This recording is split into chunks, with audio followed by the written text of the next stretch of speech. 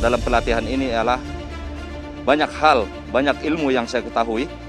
Agar kegiatan seperti ini maunya bisa berkesinambungan setiap tahun, agar semakin banyak orang yang mengetahui. Semoga DPM ini bisa berkesinambungan menjadi agenda untuk tahun-tahun berikutnya. Polsek Pelmalhati Aceh juara.